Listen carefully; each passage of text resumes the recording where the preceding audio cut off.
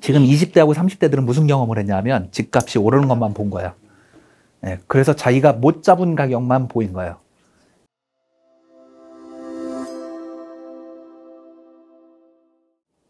네, 그리고 요거 봐볼까요? 이게 지금 마포구 서대문구에 있는 그 매매하고 전세하고 그 가격 나와 있는 지수거든요. 그러니까 요거는 가격하고는 조금 달라요. 근데 지수기 때문에.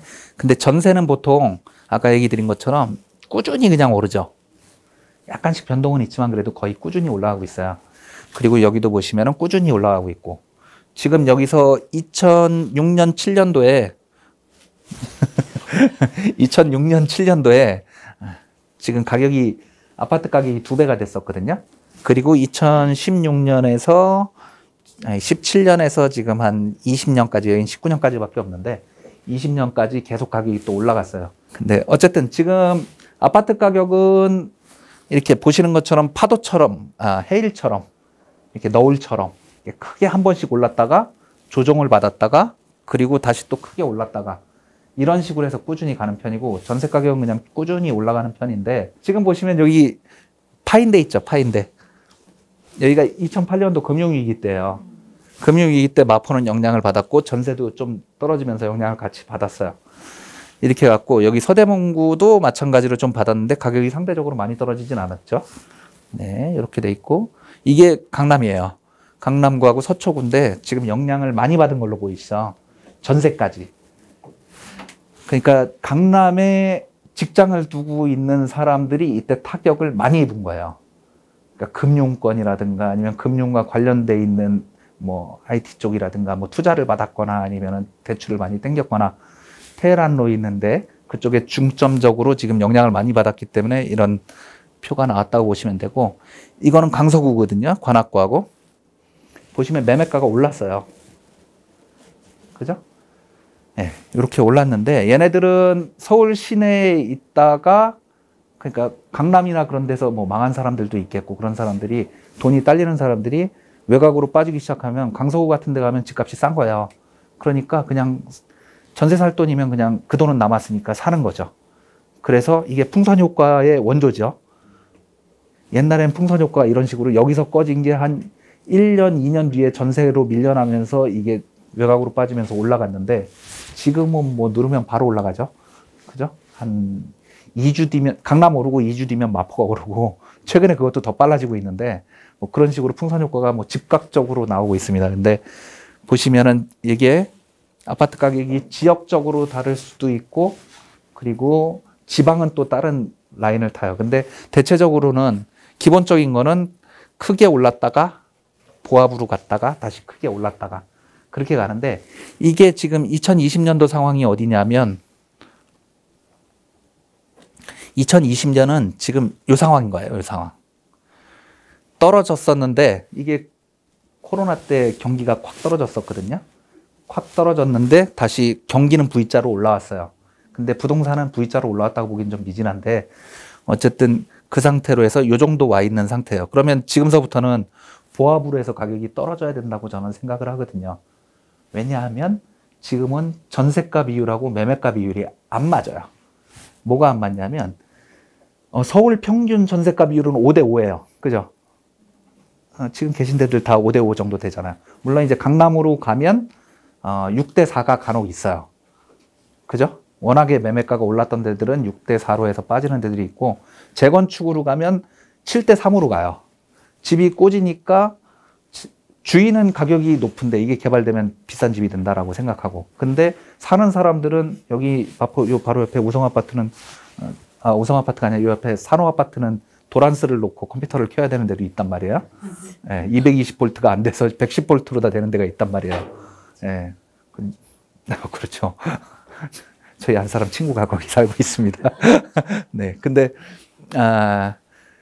그런 데들은 7대3으로 다 비율이 맞아서 거의 포기 상태고 어차피 그런 데니까 그런데 대부분의 아파트가 지금 5대5로 돼 있는 상태인데 이 5대5라는 숫자를 보시면은 갭 투자하기 좋은 숫자가 아닌 거예요. 지금 아파트 가격이 오르려면은 누가 있어야 되죠? 사는 사람이 있어야 되잖아요. 사는 사람. 집을 사는 사람이 있어야 되는데 지금 집을 사고 있는 사람들을 보면은 딱 20대하고 30대. 20대는 부모님들이 조금 밀어줘서 결혼을 일찍 하는 사람들이 사는 거고 20대도 많진 않아요, 요즘에. 보면 결혼을 늦게 해가지고. 근데 30대 애들이, 애들은 그런가? 네, 30대들이 지금 많이 집을 사고 있단 말이에요. 네, 근데 저도 최근에 집 하는데 30대가 산 것 같아요.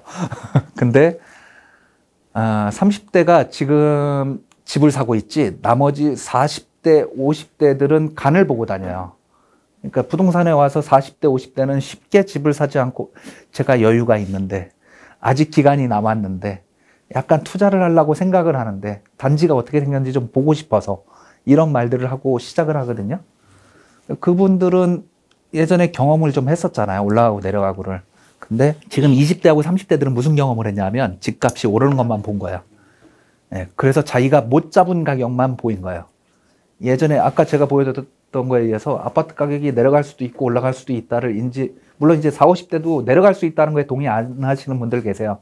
아파트 가격 오를 때 이렇게 오르는 게 어딨냐고 막 미쳤다고 그러다가도 아파트 가격이 내려갈 수 있어요 라고 말을 하면은 아파트 가격이 안 내려가는 거지 왜 내려가냐고 막 또 발끈하세요. 한 사람이에요, 한 사람.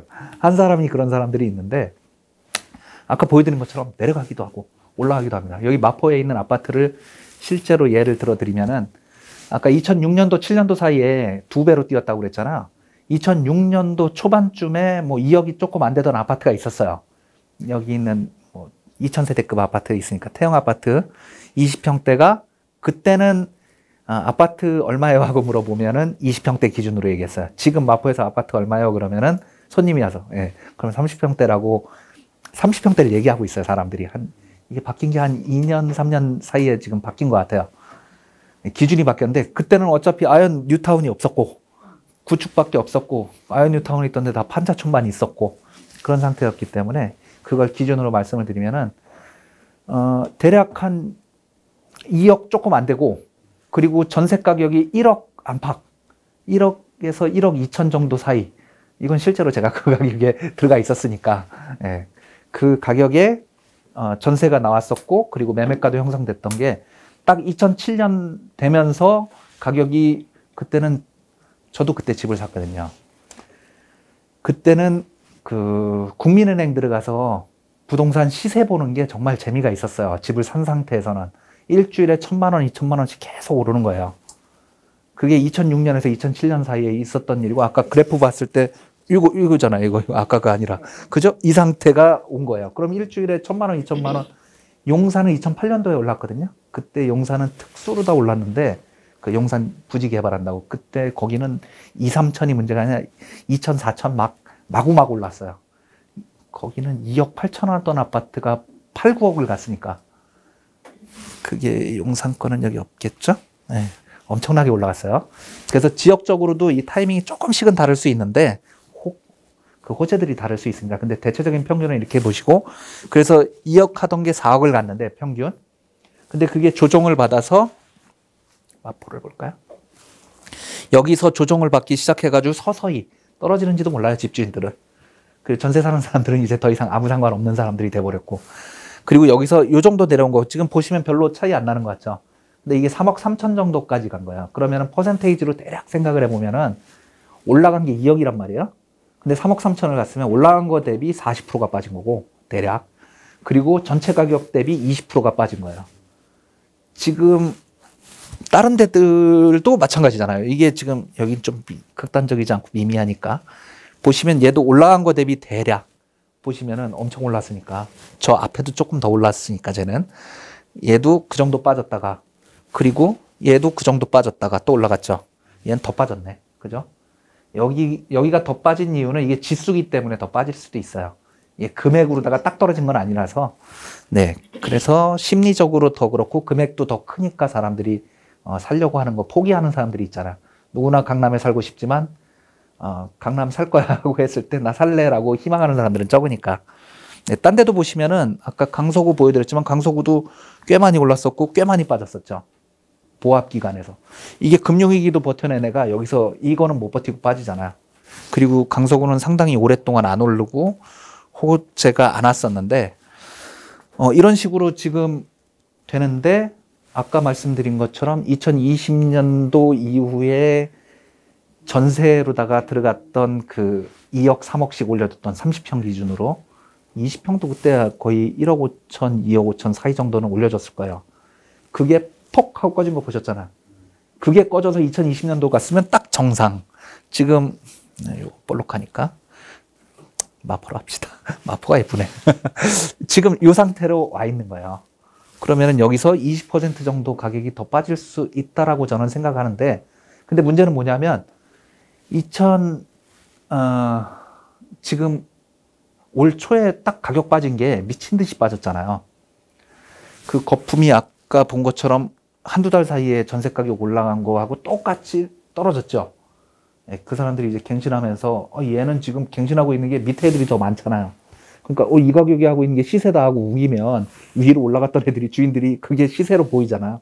그래서 떨굴 수밖에 없는 상황이 되니까 그렇게 돼서 가격이 빠졌는데 지금 2020년에서 지금 조정받은 게 하나도 없이 저는 정상이다라고 지금 보고 있는 거고, 오히려 지금 2020년도부터 서서히 조정받을 게 지금까지 3년 가까이 안 받으면서 왔기 때문에 오히려 기간은 더 줄어들어서 돼 있는 상태고, 사람들은 놀랬잖아요. 자라를 보고 놀랐는데 이번엔 소뚜껑이 나올 수 있는 거야.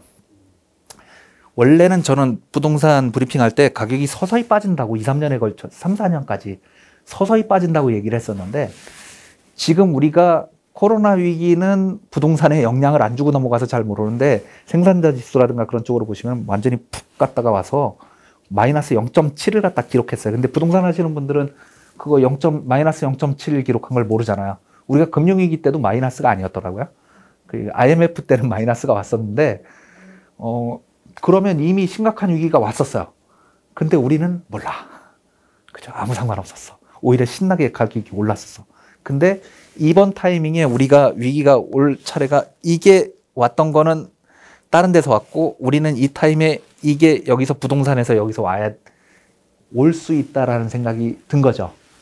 근데 그게 올 수 있다로 모든 게 실현되진 않잖아요. 근데 제가 왜 올 수 있다라고 말을 하냐면, 아까 집값이 떨어질 이유가 이따만큼 있다고 그랬잖아요. 95% 정도, 뭐 퍼센트로 할 수 없지만 이만큼 있고 올라갈 거 이만큼 있다고 그랬는데, 이만큼의 그 가장 큰 문제로다가 시작될 수 있는 방아쇠들이 지금 엄청 많거든요. 거의 뭐 보통 방아쇠는 하나밖에 없잖아요. 그게 딱 터지면은 간다 그건데, 지금은 방아쇠가 되게 여러 개가 있고 그 중에 제일 큰 대포가 일단 새마을금고라고 저는 봐요. 뭐 많은 얘기가 나왔었잖아요. 근데 이게 조금 이상한 게 뭐냐면, 한 달 전까지는 뉴스에 새마을금고 얘기가 엄청 많이 나왔어요. 근데 한 달 전서부터 갑자기 새마을금고 얘기가 싹 사라지고 이거는 좀 이상하지 않나 싶을 정도로 안 나오고 있거든요. 저는 뉴스 기사를 다 믿질 않아요. 왜 안 믿냐면, 뉴스는 이제 조작을 한다고 해야 될까요?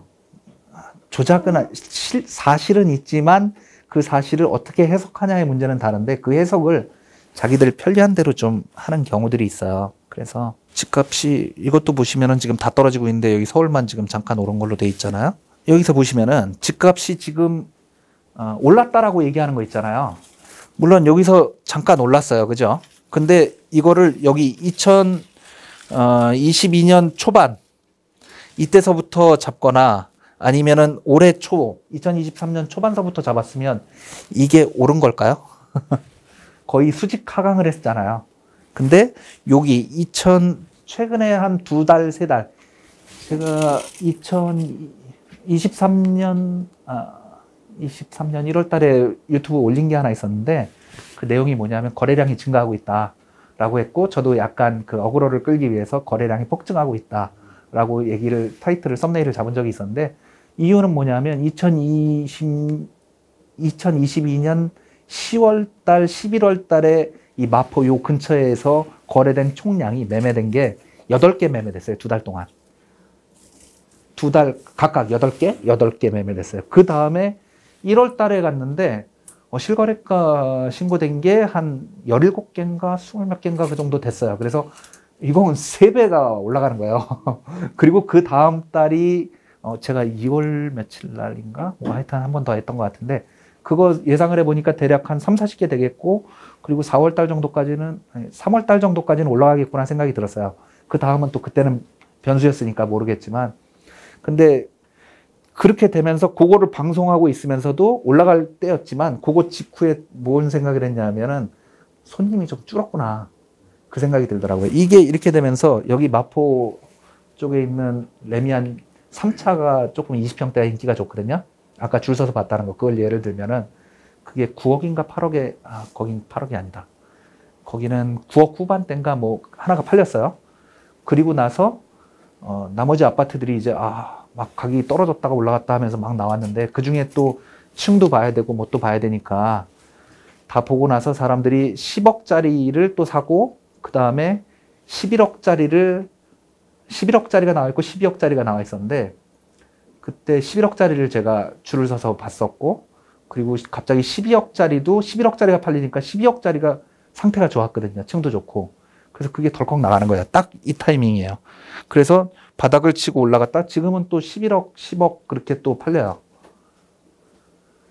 잠깐 이게 그 타이밍이죠. 그리고 줄을 서서 집을 본다는 게 그 매수하려는 사람들에게 얼마나 감질나는지는 아시잖아요. 근데 집주인이 또 몰아서 오라고 그런단 말이에요. 요즘 세입자들도 그렇고. 그렇게 해서 집을 보면은 이게 반짝하고 오르는데 뉴스에서는 딱 요 구간만 잡아가지고 보면은 올랐다라고 얘기하는 거죠. 지금 송파 잠실도 어마어마하게 떨어졌는데 최근에 잠깐 0.1인가? 0.1인가 뭐 하여튼 그 정도 올랐다고 해서 기사가 나왔는데 그게 전체적인 걸로 기간을 얼마로 봐야 되는 거예요 도대체? 그거 가지고 이번에 한문도 교수가 뭐 그 통계 자료 자체가 좀 오류가 있지 않냐 뭐 그런 식으로 낸 것 같은데 자기들이 원하는 만큼 기간을 잡거나 아니면은 지금 만약에 여기하고 여기를 두 개만 포인트를 잡아서 하면 가격이 같다고도 할 수 있잖아요.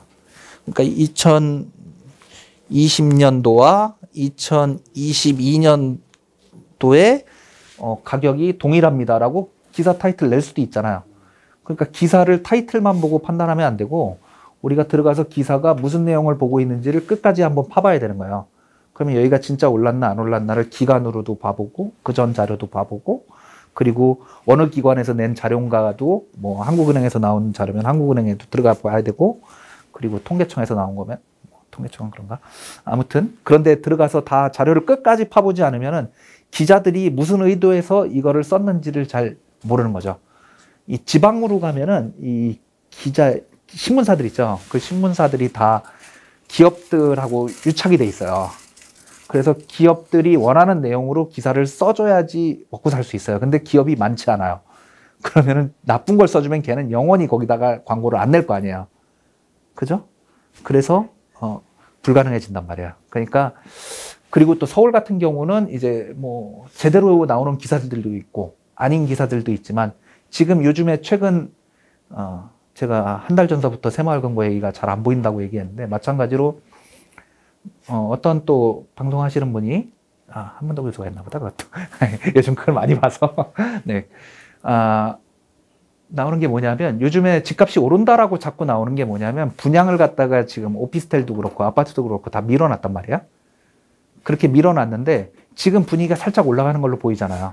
이 타이밍이 왔을 때 이런 기사를 내보내고 분양을 쳐버리면 그나마 지금 떨어지고 있을 때보단 분양할 수 있는 게 나아질 수 있다라고 보는 거죠. 그래서 이번에 광명에서 분양이 잘 됐다. 물론 이제 광명이라는 데가 되게 특수하고 지역적으로도 좋고 싹 바뀔 때고 뚜껑을 열어보지 않은 로또잖아요. 네, 그래서 그 지역이 좋긴 하지만 분양가가 싼 건 아닌데 다 분양이 잘 됐다는 거는 어떤 호재가 보인다는 거잖아요. 사람들이 이거를 달려들어서 할 만하다라는 생각이 되는 건데 딱 요 구간에서 나오는 거죠. 기사를 다 믿으면 안 된다. 네, 기자들은 오히려 간혹 가다 보면 전문 분야가 아니기 때문에 모르는 경우도 있고요.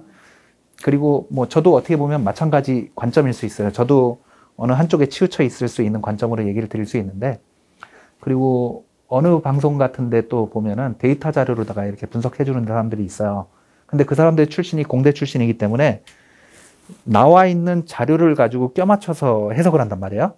그러다 보면 우리가 봤을 땐 이게 원인이 돼서 이쪽으로 갔는데 이 사람들은 어떤 게 원인이 됐건 그 결과만 나오면 되기 때문에 전혀 다른 거에서 유추해가지고 결과를 내는 거예요. 네, 그래서 다음번에 예측을 할 때는 안 맞을 수 있는 거죠. 그렇게 되면. 네, 그래서 기사라든가 그런 것들을 너무 신뢰하진 않는 게 좋겠다라는 생각이 들고요.